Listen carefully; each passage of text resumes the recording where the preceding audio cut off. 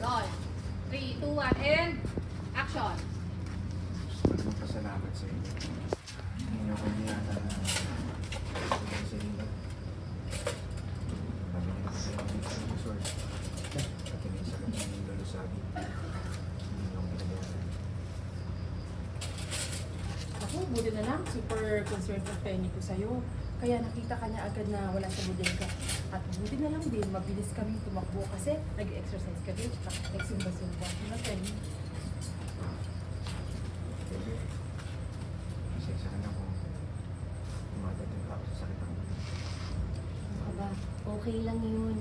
Eh, kahit naman ako yung may amnesia, hindi din naman ako talaga magtitiwala agad. Kaya nga, sana bumalik na yung alaala ko. Baka nalaman ko kung bakit ako kasi nagpalit ko sa inyo. Bakit na gusto kong ipagmalay. Teka, pag ba napatunayan yung guilty si Serena, ipapakulong mo ba siya?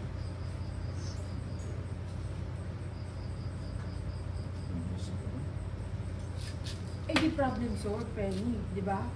Kasi pag nakulong si Serena, wala namang bibisit dito sa resort ninyo.